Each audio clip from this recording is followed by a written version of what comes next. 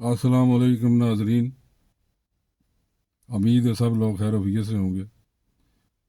तो फिर देख लिया कि नाजरीन कैसे एक एक करके सच सामने आ रहे हैं, क्योंकि अल्लाह अल हक है। और मेरा जो ईमान है ना कि एक प्लान इंसान बनाता है और एक अल्लाह, और हमेशा अल्लाह ताला का प्लान जो है वही कामयाब होता है। तो फिर देख लें एक एक करके सच आपके सामने आ रहा है। कभी कभी सोचा था कि मौलाना साहब इस तरह मीडिया पे आके इतने बड़े सच बोलेंगे, और ये जो रावलपिंडी का कमिश्नर है वो इतने बड़े राज खोलेगा, तो ये इनका कमाल नहीं है। अल्लाह ताला का फरमान है कि मैं इंसान को उस वक्त तक दुनिया से नहीं ले जाता जब तक मैं उसका बातन ज़ाहिर ना कर दूं। तो आप क्या समझते हैं कि इस धरती माँ के साथ ज्यादती करने वाले लूटने वालों का बातन अल्लाह की ज़ात ज़ाहिर नहीं करेगी? इंशाल्लाह एक एक करके सब नंगे होंगे।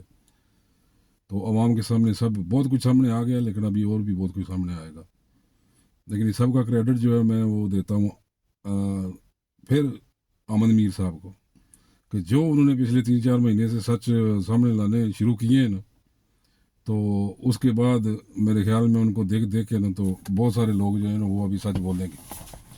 कितनी शातें कितनी गोइयाँ आ गई हैं, जो जीते हुए लोग भी कह रहे हैं कि धांधली हुई है।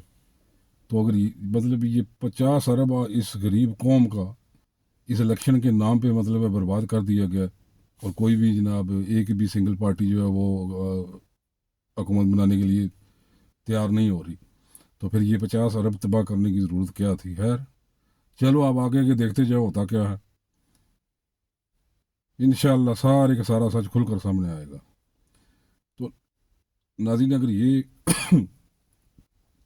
हमारे लीडरान सिर्फ 2 काम कर लेते ना, सिर्फ 2 काम 76 सालों में, बड़ी उम्र होती है 76 साल, एक जो हमारा तारीखी विरसा है उसको ये बचा लेते, उसकी मेंटेनेंस उसी लिहाज से कर लेते और वहाँ तक रसाई जो है वो आसान कर देते, सड़कें बना देते, वहाँ पे रिहाइश और खाने पीने की मतलब अच्छी सहूलत वहाँ पे मुयसर कर देते। और दूसरा, ये जो रेलवे का निज़ाम है, ये रेलवे की पटरियाँ उखाड़ कर जितनी भी एक्सटेंशन गोरे छोड़ गए थे, कि वो तो एक्सटेंशन इसलिए छोड़ते हैं ना कि फिर उन्होंने उससे आगे जाना होता है, लेकिन हमने तो वो आगे नहीं जाना था, इसलिए हमने तो वो उखाड़ के तो सीधा इतफाक फाउंड्री का ईंधन बनाया उनको, और अरबों डॉलर कमाए। तो अगर ये 2 चीज़ें, ये डबल ट्रैक रेलवे का पूरे मुल्क में और रेलवे का जाल बिछा देते, और दूसरा वो तारीखी विरसे को कवर कर लेते हैं, तो रेलवे जो है ये किसी भी मुल्क के लिए वो मतलब इकानमी, किसी मुल्क की इकानमी के लिए रीढ़ की हड्डी का काम करती है। तो कभी भी इस मुल्क को IMF के पास जाने की ज़रूरत ना पड़ती अगर सिर्फ ये 2 काम कर लेते। तो जब 2 अदारे सही चल रहे हों, तो फिर साथ बाकी अदारे खुद ब खुद ठीक होना शुरू होते, फिर आपके प्राइवेट अस्पताल भी साथ ठीक हो जाते, फिर आपकी गवर्नमेंट स्कूल भी ठीक हो जाते, और साथ में 76 साल में 2-4 डैम बनाना तो कोई मुश्किल नहीं था। तो आज हमें मतलब ये दर दर की 1-1 हज़ार डॉलर के लिए जो है वे मांगने के लिए ना जाना पड़ता। IMF देती कितनी है, मतलब 1 मिलियन डॉलर दे के तो 1,000 जो आपसे वो एग्रीमेंट साइन करवाती है। महंगाई का तूफान जो है वो IMF की वजह से आता है। तो इन चीज़ों से हम बच जाते अगर हमारी लीडरशिप कोई इनमें से कोई एक काम भी कर लेती। लेकिन बदकिस्मती से मतलब है कि कोई लीडर होता तो वो ये करता ना। तो अभी भी ये, अगर अवाम होश के नाखन ले और ये तफरकों में फ़िरकों में जो बढ़ चुके हैं, इससे हटकर मतलब है कि सोचें, तो मुल्क तरक्की कर सकता है। मुल्क में बहुत पोटेंशल है।